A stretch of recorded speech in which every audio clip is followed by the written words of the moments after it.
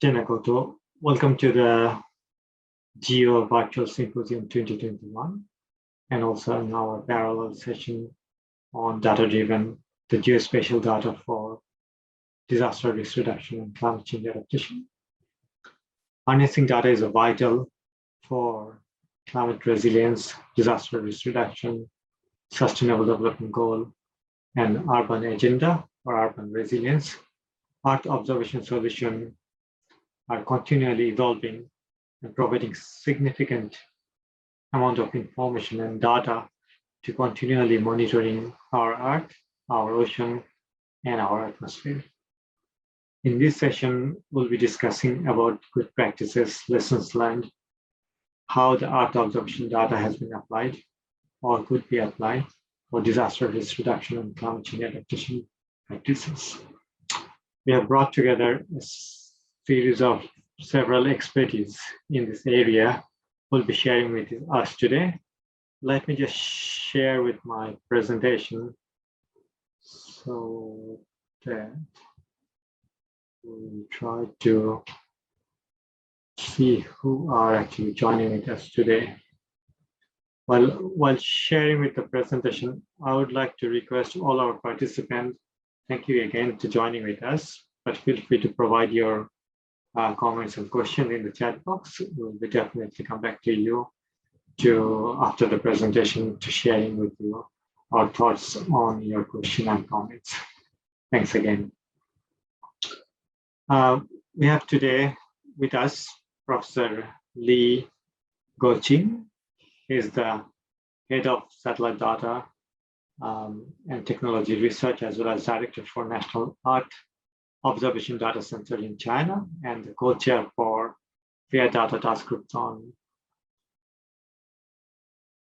GeoData. We have Rob Jenkins from Manager Resilience in Land Information New Zealand, as well as the co-chair for the DRR working group of the GEO in Asia and the Pacific. We have Dr. Harin Sam, who is the head of operation in New Zealand and Australia for Amazon Web Service. We have Krishnan Nair from the Commonwealth Secretariat, who is the head of the climate change division, as well as last but not least, the Rekha Kamanda. She is the executive leader in the digital transformation in Tonkin and Taylor in New Zealand. Ladies and gentlemen, as dear participant, we thank you again for joining with us in this session. As you can see, there are continual development on the satellite information and big data, how our Earth could be observed as well as exist in differential sectors. Satellite data or geospatial data are continually developing for hazard detection, health services, energy sector, climate change, monitoring, agriculture, ecosystem, biodiversity, water resources, and weather observation. There are so much advancement. The technology now leads to us using AI and many other platforms that using this kind of geospatial data gives us quite powerful information for our decision making in the climate change risk assessment, disaster risk assessment, or decision-making process in any of the sectoral analytics.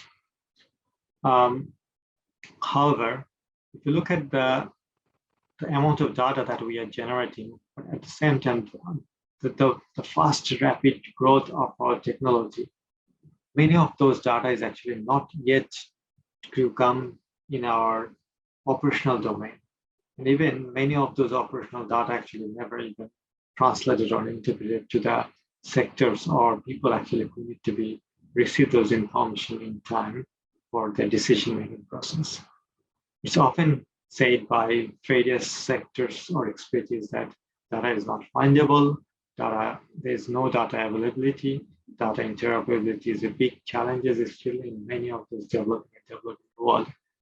One of the things that we always promote from the GeoData task group for fair data on DRR, how we apply or ensure a fair principle in our data or metadata standardization. So the data should need to be findable, data need to be accessible, data need to be interoperable, data need to be reusable.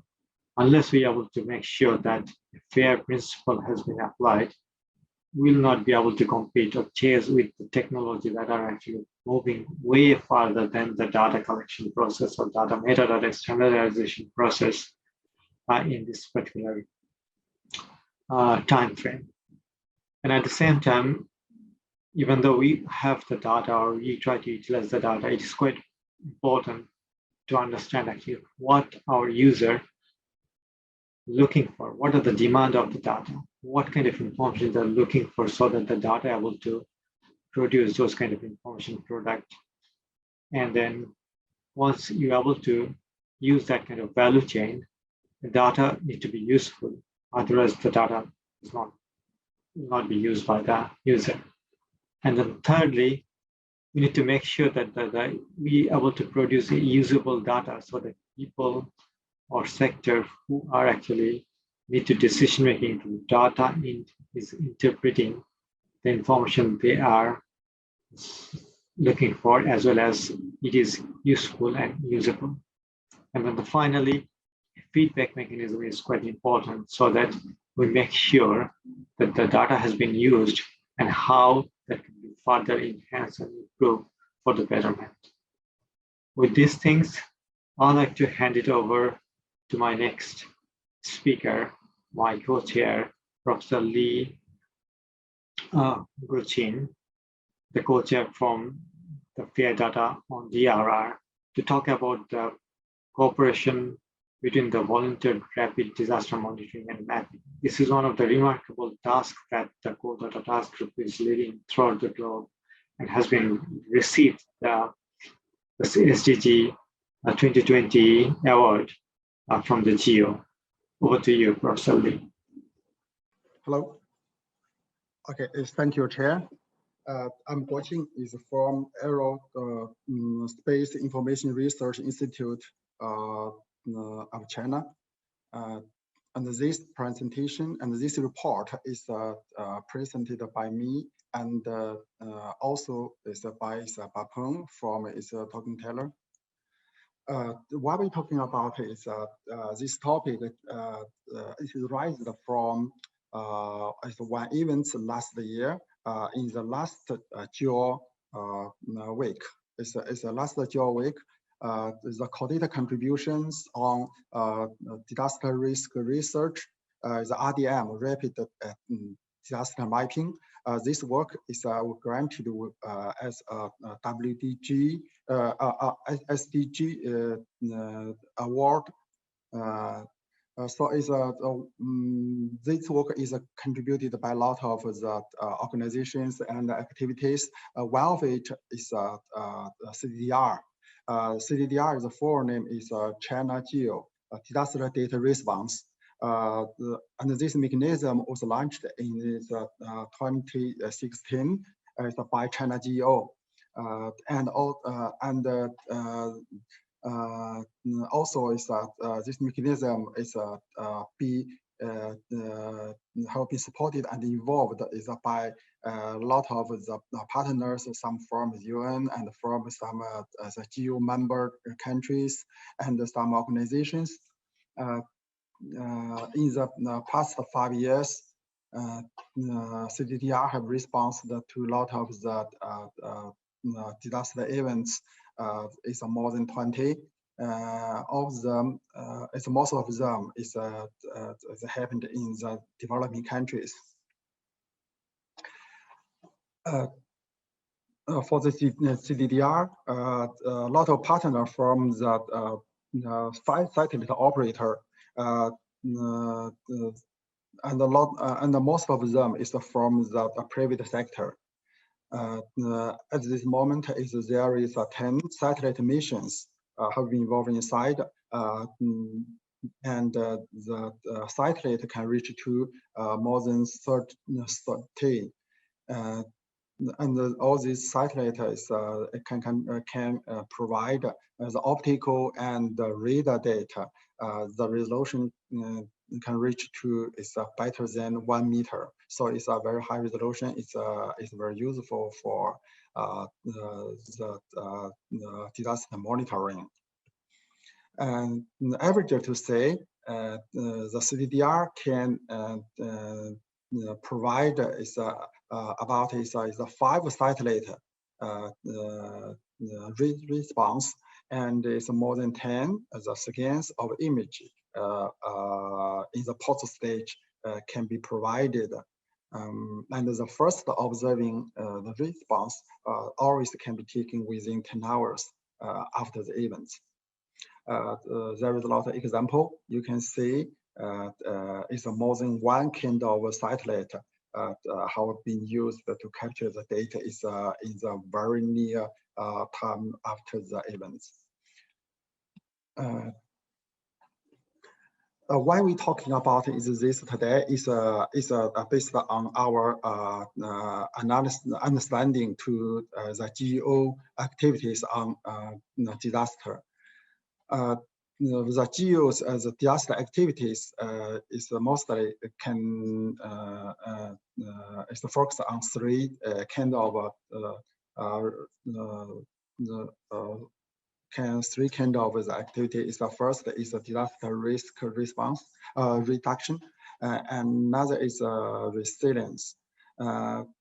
For the emergency response is very important, and also is very urgent. Is to help the suffered country. GEO is cooperate with some is a very strong mechanism around the world. Something like is UN spiders, Disaster Chapter. However, for GEO, there is no independent and geo-labeled mechanism to make such response. For the existing mechanism of make the emergency response, there are government level or is some agent level. The response is and the operation is based on the responsibility and their promise. However, is we are now in the stage of the open science. So there are still a lot of the resources can be used for the emergency response. Is for the volunteered and the open source, for example, from NGOs, from public, and from the private sectors. So we want to propose cooperation based under the umbrellas of GEO. It's volunteered. It's rapid damage monitoring and mapping for developing countries. Shortly with the VORDM. The main idea is to give a new platform for the any kind of contributors, and to provide the full open and free help. All this help can be directly be accessed, and all this is work should be volunteered, and the response is as quickly as possible. And all the result and all the contribution and all the procedure should be visible and traceable. So it means that it will provide a new data ecosystem for each kind of the provider. The provider also could extend from the government organization and extend the disaster mechanism to much more the NGOs, independent the research teams, the companies, and also some individual public. All these is providers, and they can contribute is a lot kind of the data, the fundamental data, observing data, social media data, and also make analysis the tools, and also some of the knowledge. All this information, contributed information, will be processed and to be 3 layers: the data level, the data level, tools level, and also the loss mapping, loss map as the output, this level. So we know that is all the contributor. They are not only contributor, but also the information processor and the consumer. This new is a framework is will provide a table as everything will put on the table, and it's made everyone can select what they want. The table can guarantee that everything will be happen as quick as possible. Last slide is a showcase of this idea. Is last month there is a flood. It caused a lot of it's a landslide. Is in Indonesia. The request from UN-GGIM to our mechanism is very soon we launched the response and ask for emergency monitoring and emergency data provider from our partner satellite and also some institute. Because in the very beginning time, there's no very clear official information about where is the most serious the point of the disaster. So it we use the social media to make analysis and focus some town, some small town, and then we shared this information to the satellite operator, and they make a range of the observing and very fast. So the pre at this moment is a parallel is some institute and the data center help to provide the event is image as background, and it's within 1 day a lot of the new image after the events have been contributed. You can see the list. A lot of them is radars, opticals. At the same time, is all this data have been shared based on the very clear policy. The research teams of around the world access the data and make analysis. And then feedback their analysis result is some levels. Some layers of the loss information, and all of these things have been used by UNITAR, is by in Indonesia agency LAPAM, and also by OpenStreetMap, the HOT, and they merge everything together and make it a decision assistant to the decision makers. So it's I think it's a very good example for to express our idea. It's a VORDM. Okay, thank you very much. As I think the time is almost to the end. Welcome for your comments. Thank you. Thank you, Professor Lee. Now we'd like to invite Rob Dickens to talk about the improving access to geodata for disaster risk management from New Zealand perspectives. Rob, over to you. Thank you. Kia ora tātou. I'm Rob Deakin from Toitu Te Whenua Land Information New Zealand, and I'm just going to talk to you about some of the work that we've been doing here to improve access to geodata for support to disaster risk management and emergency management here. For those of you who might not know where New Zealand is, we're at the bottom of the South Pacific Ocean. When I was looking for a New Zealand-centric map image. This was the first thing that came up on Google, and I know that New Zealand has a reputation for being missed off a number of maps because typically it's down at the bottom right-hand corner, but here you'll see us front and center and at the top.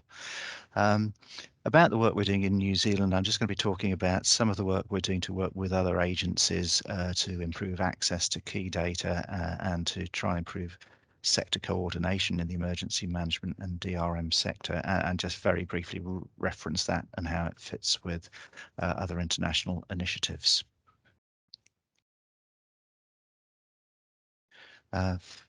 Just as some background to our organisation, we're the national government mapping agency, so we're responsible for a lot of geospatial information, both terrestrial and hydrographic and cadastral, but we also have a number of other key functions around the management of the property system of government-owned land and overseas investment into New Zealand. And we have 4 key outcomes as an organisation, and you'll see there key outcome number 1 is around the provision of high value geographic and property information, and it's a key driver for our business to ensure that that high value data and information is available for all New Zealanders to drive better value for us as a nation. We also have 3 long-term challenges as an organisation that we're trying to address through those outcomes, and you'll see there that one of those is clearly tied to resilience and climate change, where we're committed to supporting the efforts to prepare for, mitigate and adapt to impacts on land and sea of climate change and one-off events. So the work we do as a government agency is trying to support others working in that space who are working in improving resilience and climate change adaptation measures.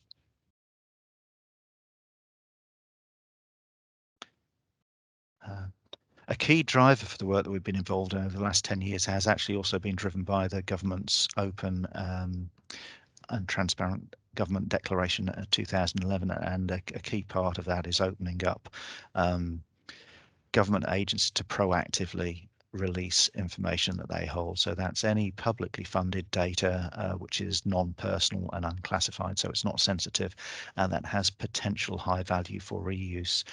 So government directs government agencies to release all of that information that's high value, non-personal, and to make it available for reuse. And we've got a number of frameworks in place that enable us to do that. So we have the New Zealand Data and Information Management Principles, which guide agencies through how they go about that. We have supporting open access licensing framework agreement, which is very much based around the CC BY licensing.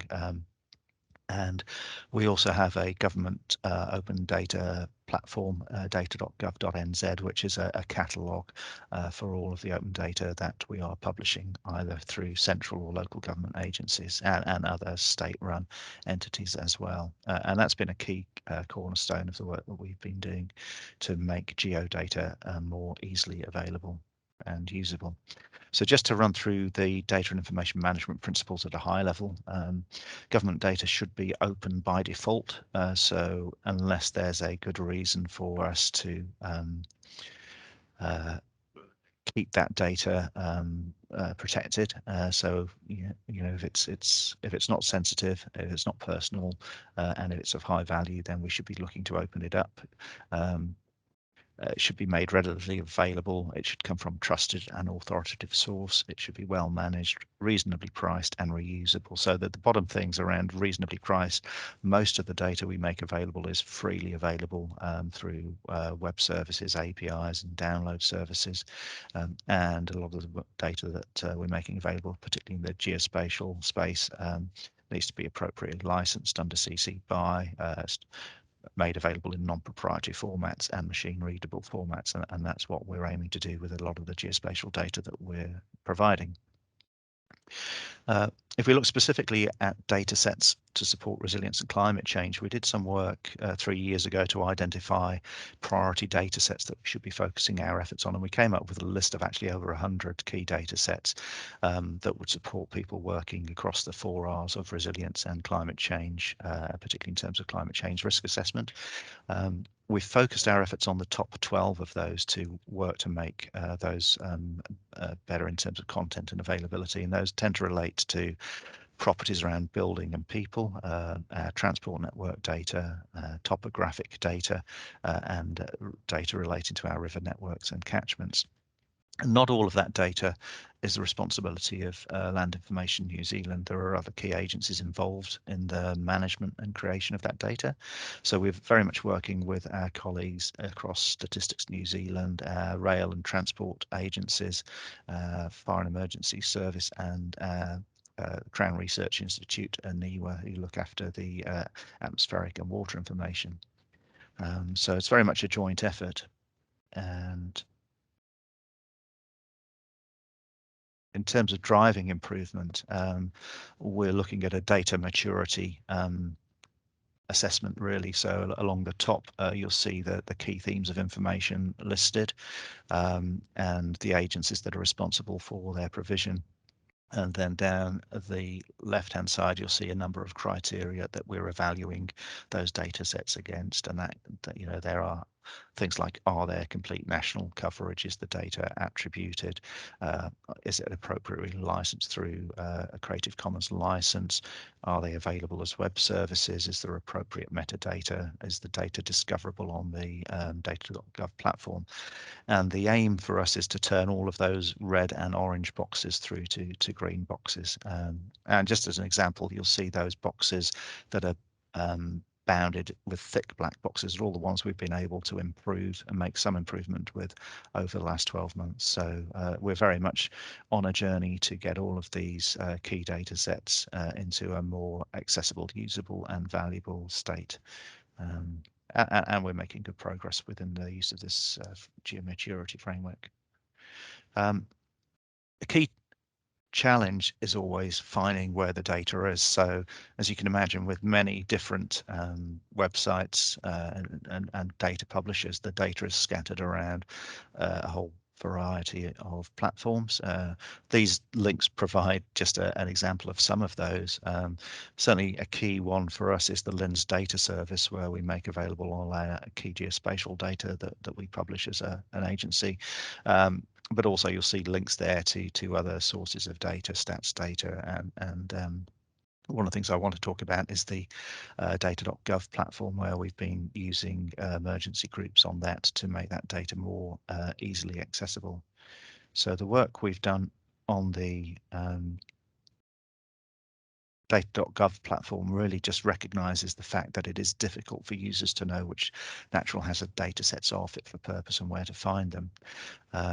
And a lot of catalogs are very well stocked in terms of references for data, but actually trying to find the needle in the haystack of that catalog can be quite difficult. So we're working to make that easier for users of the data.gov platform. So if we find these 13 key groups that relate specifically to natural hazard, and we're curating the data sets that appear in those natural hazard groups on the data.gov platform. And that makes it a lot easier for people to find the relevant data sets that are of high value easier. And I guess one of the things that does is to reflect what some of the common problems are that have been identified at an international level. So the work that's been done through the UN-GGIM and its working group on disasters a few years ago now created this strategic framework on geospatial information services. And the key goal of that framework is to ensure that quality geospatial information services are available and accessible in a timely and a coordinated way to support all phases of disaster risk management. So we're able to reference that framework in the work that we're doing here at a national level and point to it as international best practice, and that's very useful for us to support the initiatives we're undertaking here domestically. So I'll just finish with that. I want to say thank you for listening, really to recognise that the work that we're doing is not the work of one agency, but we're highly dependent on partners nationally and internationally to push this work forward. So thanks very much for listening. If you've got any questions, you'll see my email and Twitter contacts there. So please do feel free to get in contact. Thank you so much, Rob, for your presentation. We like to move forward, but also there are actually a couple of questions for our panelists in the chat box. Feel free to look at that and answer if you want to, or we can actually come back after the session again to the question and answer to respond some of this question that has been raised by the audience. I'd like to invite now to the Unikrishnan Nair from the Commonwealth Secretariat to discuss about the build climate resilience and enhanced decision-making through the use of satellite remote sensing technology. Uni, over to you.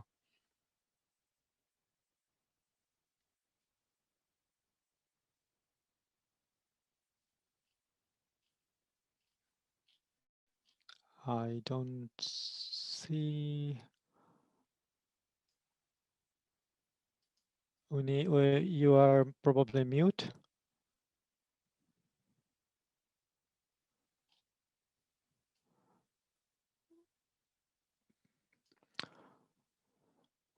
I think no one able to hear you, Uni. So probably we can move on and we can come back to you one more time. I maybe like to request Dr. Heron Sam to discuss about the assessing and analyzing data at scale using the cloud. Yes, Bapan. Do you want to go to the beginning of the slides? Yep. Thank you.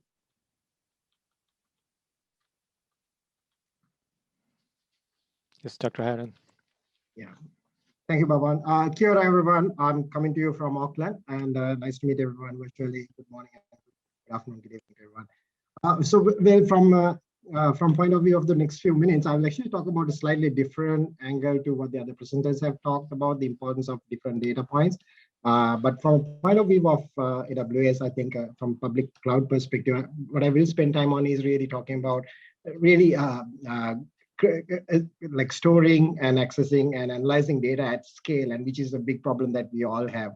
One of the things which we see increasingly across all organizations, with be it government or the private sector, is the fact that like the data sources themselves are massively increasing, exponentially increasing in terms of volume as well. There are multiple sources of data that is coming from so many diverse areas, which it poses a problem. There's a good thing about it, the fact that, okay, we are adding petabytes of data every day.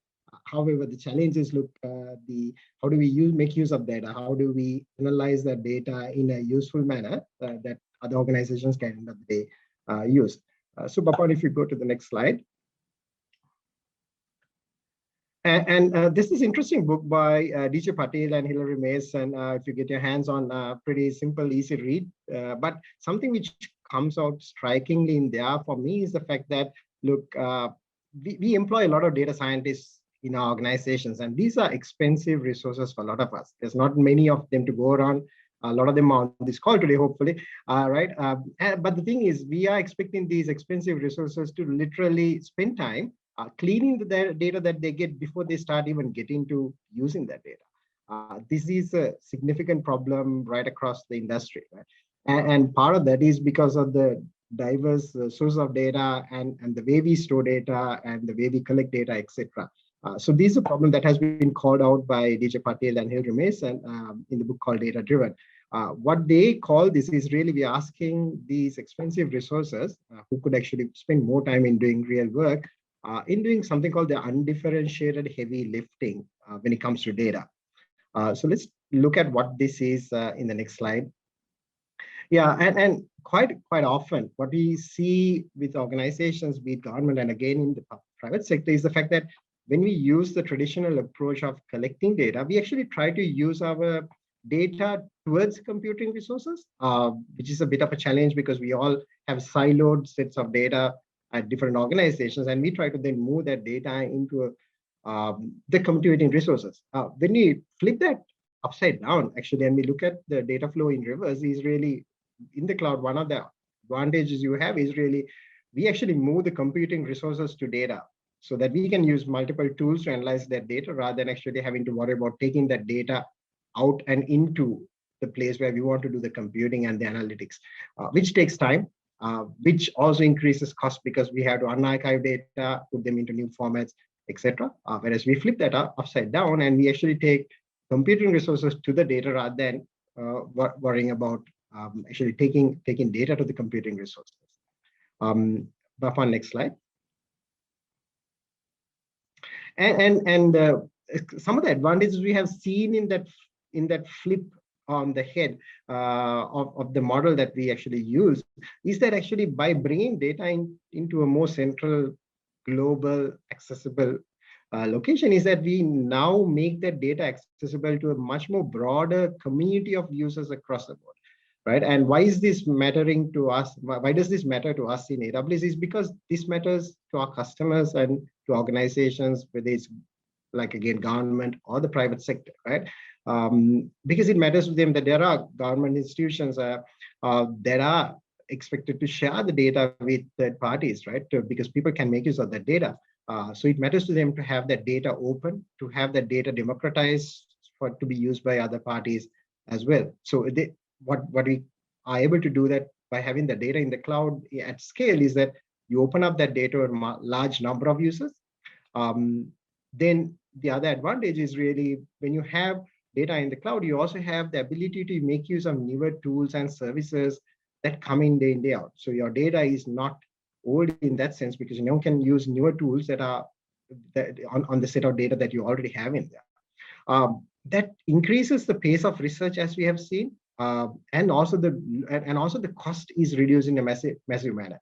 These are two really key aspects, and I want to talk through two case studies in the next couple of slides on those areas. So this was done by a gentleman called Drew Bollinger at Development Seed. So what he did was he actually took the LINZ data and put it on the AWS cloud. On the left, what you see is the data taken on the traditional methods and used for analysis. And what he realized was like roughly the time taken to analyze a seam of data was about a couple of minutes per seam, right? Because the data was starboard, it was available in traditional methods. And then once you put that on the cloud, data was unarchived, right? And there was tiling within the data that was done to make it much more easier to access. And the time taken for the request to be fulfilled was really, it came down to about a couple of seconds. So from a couple of minutes down to a couple of seconds. Now, in the whole scheme of things, when you had about 100,000 requests put on the data, that really worked out to about nearly 200 days on a very simple calculation. What it really means, it's at speed to the way you actually do things, the way you access data and analyze the data. And that's the biggest benefit that Drew actually saw when he use this sample set of data. So on the left is when you use it traditionally, it takes much longer time. You massively reduce that time taken to really access and analyze the data when you do that on the public cloud. Yeah, next slide, please. And one of the very important things from United Nations Sustainable Development Goals is actually how we manage water, right? So Blue Dot Observatory uses satellite data on the cloud to really monitor water bodies around the world and to see progressively over a period, like how these water bodies either increase, decrease, quite often the latter.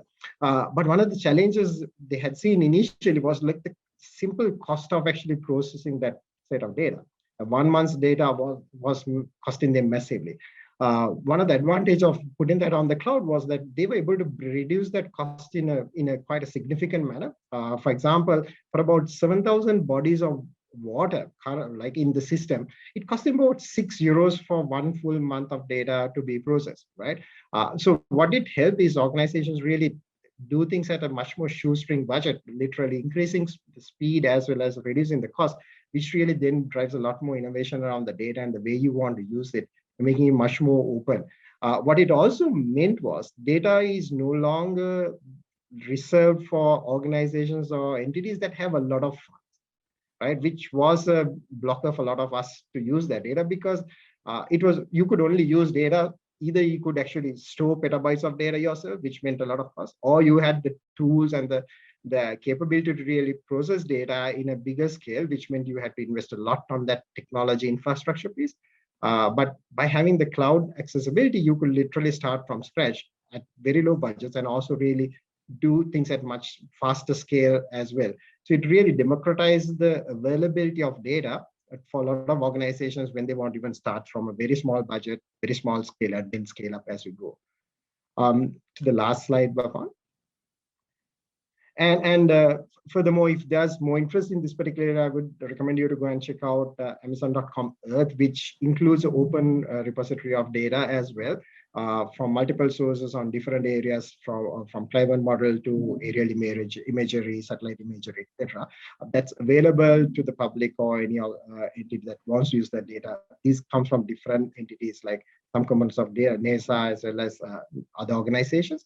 So this is available if you're keen on actually using that. And there are, for research organizations, grants linked to that as well, if you're interested. So that's part of what's provided in there. That's really all from me. Thank you, Bapan. Thank you so much, Haran, for your nice presentation, the data and the cloud systems. Now, as obviously we all actually working on disaster and climate change or many other fields, Reka Kabanda will be lead us actually how the future look like using a data and digital technology, and where actually the world will be stand for a foreseeable future and data to utilize. Over to you, Reka.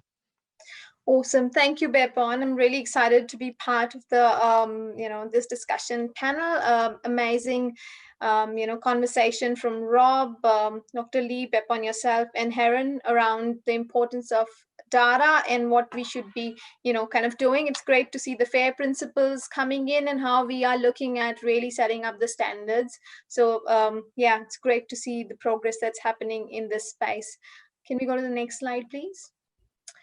I really want to touch upon, and I think probably just want you guys to kind of just reflect for 1 minute how transformations have really happened within the decade. How we've moved from iPods to smartphones, from torrents to live streaming via Netflix, dial-up internet access. I am of the age where we had dial-up internet access, and we're kind of moving into that 5G space.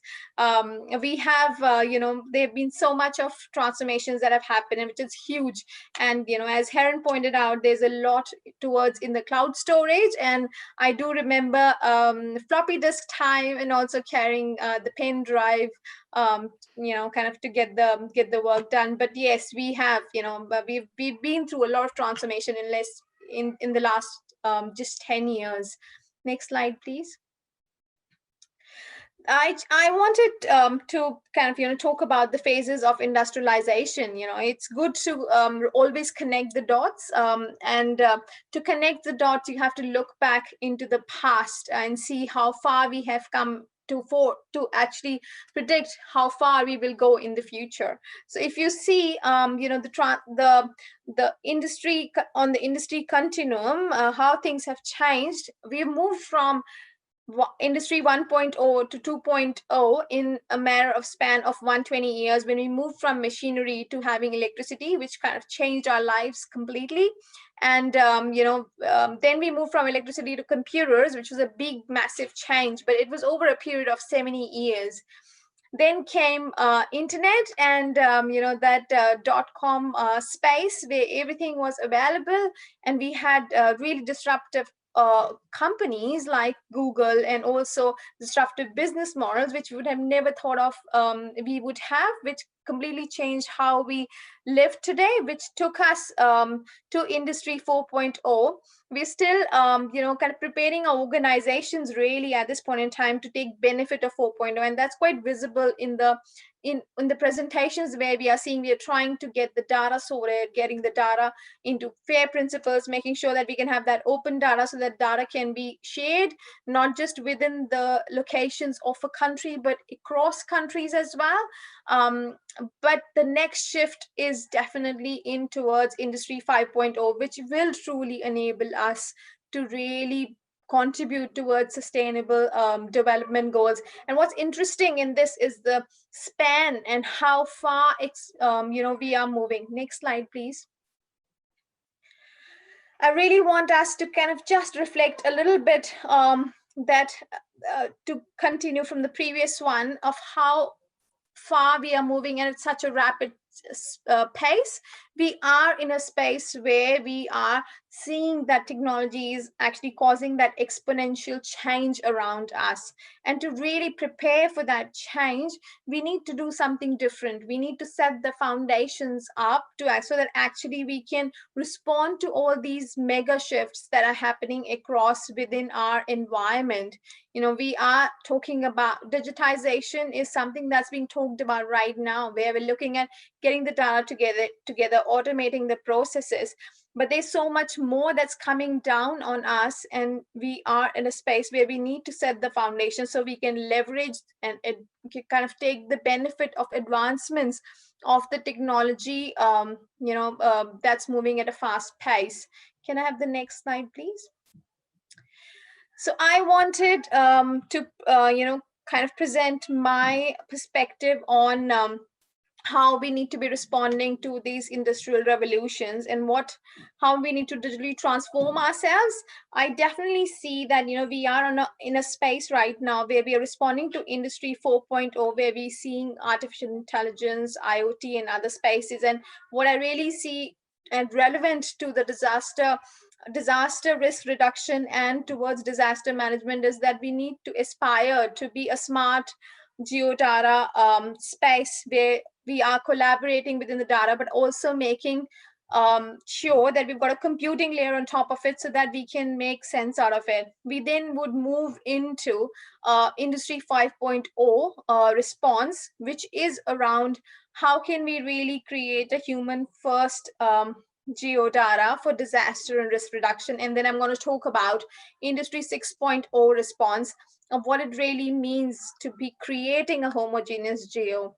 So let's dive into 4.0 first. Thanks, Pepper. Industry 4.0 is really about generating the value from the information. So moving from operational perspective to analytics to actually moving into predictive analytics. The big industry technology shifts that we are seeing in Industry 4.0, which we currently have got right now, that we need to take advantage of is Internet of Things, big data analytics, cloud computing, augmented reality, and robotic systems. For the disaster enhancement, for the disaster reduction, we definitely see that it's not difficult. The technology is there in terms of creating a network of geolocations to enable ourselves to get the right situational awareness. Professor Lee did cover around how important it is to really know about the situation awareness using geodata to respond to the disaster. So I think that getting that situation and awareness using the technologies that are available right now, with the computing power that are available right now, we are strongly positioned to do that. But to do that, I think probably Rob covered it really well, that we need that policy framework to make sure that's enabled and that data is openly available to be utilized and integrate in that way. But I see definitely movement happening. So I definitely see that it just needs more joint up effort for interoperability of the data, getting that together and getting really the situation awareness around it. Next slide, please. I wanted to jump into 5.0 really, and what does that really mean? What does Industry 5.0 really means, and how is it relevant for this?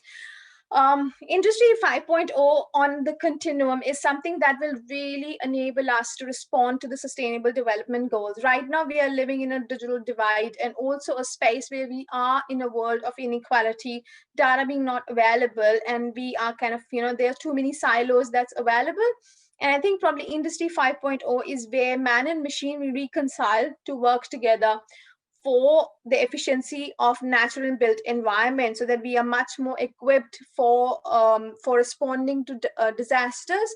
It'll be a space where we will have digital twins, which is a digital copy of physical replica of an asset, whether it's natural or built asset, which will enable us to make that real-time decision making, make us more predictable.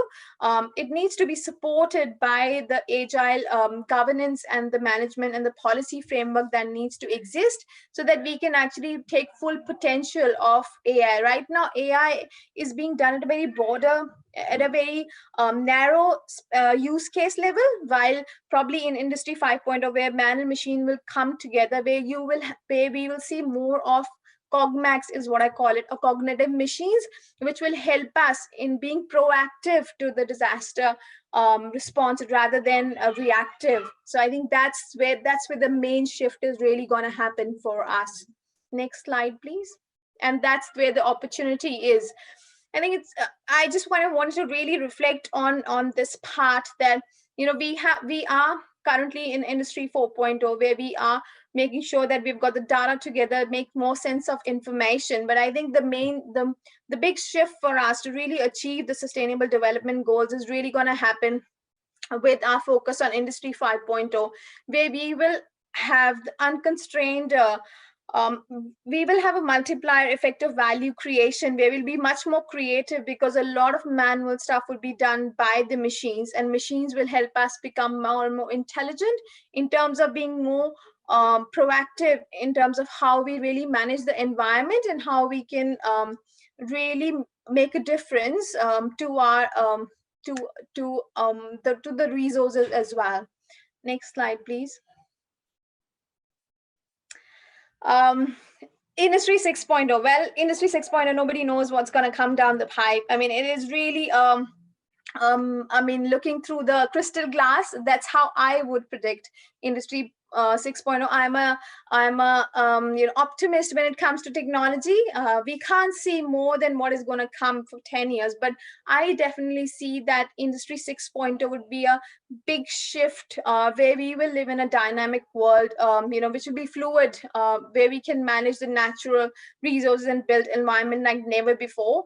Even, you know, I think that'll be a big shift where we will live in harmony with nature. Technology will be quite natural. It'll be a way of life for us. And we will definitely master the economies of learning. You know, we have got an S-curve learning as human beings, which kind of you know, really goes flat towards as we grow old.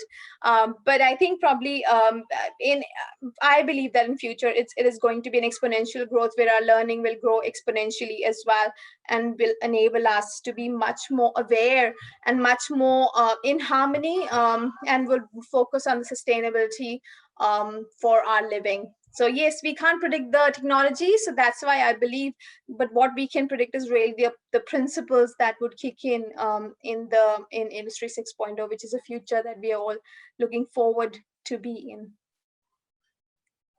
Thank you. Thank you so much. Thank you, Rekha. I now would like to invite Uni Krishnan Nair from Commonwealth Secretariat to talk about the built climate resilience and enhanced decision-making through use of satellite remote sensing data. Uni, over to you. Yeah. Bapan, am I audible now? Yes, you are audible actually. Okay, great. Thank you very much. Could you please share the presentation? So thank you very much for this opportunity. I think it was great to hear all the expert presentations. So what I'm going to present is a use case of how how an institutional architecture utilizes the Earth observation data, and also how the Commonwealth Secretariat's initiatives lead to better use of Earth observation data, and of course to mainstream those in the governmental system. So this is around the flagship initiative of the Commonwealth Secretariat, the Commonwealth Climate Finance Access Hub. The Access Hub was operationalized in late 2016 as part of the Commonwealth Heads of the Government meeting mandate. So here it works in a hub and spokes model, where we have the hub situated in Mauritius and having advisors embedded in long-term basis for the support of the member countries. Next, please. So what distinguishes the Climate Finance Access Hub, and I'll come into the data use part of it. So it's a country demand-driven approach, where the long-term experts are embedded for enhanced action. And we also try to balance between human and institutional capacity building for climate finance project structuring. And this is done in partnerships, utilizing interconnected networks, and definitely managed by a governance structure of a steering committee. Next, please.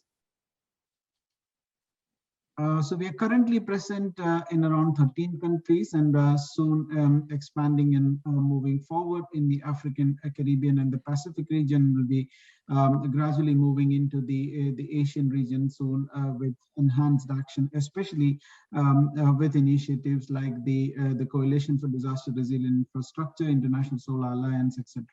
Next, please. So what do we support? So we support countries in developing concrete adaptation and mitigation projects. Of course, data is quite significant in this. Climate policy development, evidence-based policy making definitely requires climate data. Climate finance readiness, definitely it's a horizon that is to be shown for countries to prepare. Accreditation support, human and institutional capacity development, knowledge management. This is the kind of broad array of support that we provide to member countries through the Climate Finance Access Hub. Next, please. So next, please. So we partner with UNITAR and the UK Space Agency, and and including partners like the satellite application Catapult, and of course Tonkin and Taylor does play a major role in the capacity building initiatives there. So where we work in delivering capacities around Earth observation based platform that supports member countries in taking different kinds of data to support various aspects around the climate change. Like, for example, we have thematic areas under the Common Sensing Initiative, under the climate information. We support in enhancing resilience around food security, disaster risk management, and of course, climate finance. So the role of the Commonwealth in this initiative is to assist countries in accessing climate finance through developing bankable proposals, utilizing the climate data, and developing justifications based on that. Next, please. So how do the major climate funds evaluate the current use of EO data? So major climate funds require strong justifications and evidence rationale for approving project proposals. So this is one of the major bottlenecks where the small states and other vulnerable countries do face a lot of issues in justifying the proposals that is submitting simply because of lack of availability of data. Next, please. So how can EO data improve the bankability of project proposal? That's also an important consideration. Demonstrating the climate rationale in a proposed intervention, calculating baselines and reference conditions, and measuring direction and the rate of change for key project variables can all be supported by EO data. But it's not only the availability of the data or access to data, but it's also analysis and interpretation and utilization of the data, which is equally important. So actually that determines the scale of the project for impact. So for example, if it is an adaptation project, what is the kind of scale of intervention that is required to make substantial transformational impact? Risk and vulnerability. How do you highlight the risk? How do you identify, quantify the risk, and also to pinpoint as to where you need to act and where lies the intervention and why not the other option. So definitely this is basically an important region where the Climate Finance Access Hub operates, which is between the availability of the data or the data providers and the policymakers who utilize the data. So Common Sensing is an initiative that the Commonwealth Secretariat is supporting the government of Fiji, Solomon Islands, and Vanuatu in supporting and building climate resilience and enhanced decision making. So these are the partners with whom we work with UNITAR, with University of Portsmouth, Met Office, DevEx, Sensonomics, etc. Next, please. So we do come of late. We came up with a discussion paper on Earth observation technologies for improved access to climate finance that details the various elements of how the data and what is the role of data and information in terms of access to climate finance, and where lies the gap, and what are the kind of potential opportunities available. And then the paper is currently available in the Commonwealth website for a public reading. So I'll urge to just go through, so that that gives the kind of next level of information. Next, please. So it's not only about utilizing the data, it's also about institutionalizing the data. So with the government of Fiji, the Commonwealth Secretariat is working in terms of developing what we call the project development unit within the Ministry of Economy in Fiji. So basically to act as a coordinating unit to utilize the data, because yes, there are platforms available, but if the platforms are not integrated within the governmental system, it basically will not be sustained for long term. So this is basically to ensure that the projects deliver to the scale and to the requirements of the country. So the initial feedback has been extremely encouraging, and this ministry is very keen for this kind of an institutionalizing process to move on. Next, please. So this is the common sensing platform in a nutshell. Basically, it has generic mapping applications, the climate data applications, DLR applications. We have the multi-criteria decision analysis tools, and of course for agriculture vulnerability, including sugar industry. So basically, sugarcane was one industry which was analyzed in detail for Fiji. And of course, data catalogs. Next, please. Yeah, so this is briefly what I wanted to present, but what I wanted to urge here is basically it's not only the availability of the data and also the kind of different layers of data that are needed, but in terms of analysis of the data and utilizing the data for the end use, that's also an important area. And we find there are a lot of gaps there in member countries, and definitely that's an area we would like to work together with the groups, including Geo. So thank you very much, and back to you, Bhatta. Thank you so much, Uni, for your nice case study as well as the presentation. And you actually just demonstrated that how the data is actually utilizing to accessing the climate financing, some of these, developing countries, and who are actually quite heavily struggling with the data accessing or applying the FAIR principle in their country.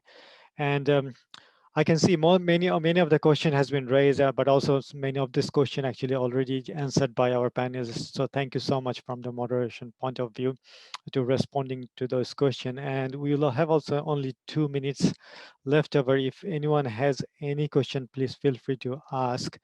Otherwise, I would just like to say it's just a great presentation by all our panelists, and one thing that we understood, like how our technology as well as the platform and are quite advancing. As Reka just mentioned, actually we are at 4.0, but actually technology is already going to 6.0. And whereas actually when we are actually trying to apply our data in this 4.0 platforms, still we are having a lot of struggling uniformity, and as well as making sure that a FAIR principle in place. So how we gonna look ourselves using those advanced platform, advanced technology, advanced knowledge to bring us to that kind of level, and how we can actually ensure that using this data as well as technology, we can able to ensure a safer world and safe community, and also a future and foreseeable future using the data to predict the future risk as well as future vulnerabilities. With these things, I just like to thank again to Reka Kabanda, Dr. Haren, Uni, Krishnan Nair, Rob Deakin, as well as Professor Lee for joining us from various parts of the world in this particular session, and also in the GEO 2021 virtual symposium. It's just a new normal for us to everything going on online. So, but we love to actually see you face to face in coming year or in the future, or maybe there will be some new technology in the 6.0 where you can actually transform yourselves to other part of the world. So thanks again for everyone for joining us, but we look forward to have again, and please feel free also if you have any questions or any burning questions, by email to the organizer, we'll be able to actually answer you over email, or as well as personally flick any email to our speakers if you need to know more about the technology as well as the case study or any of the project that has been shared today. Thanks again.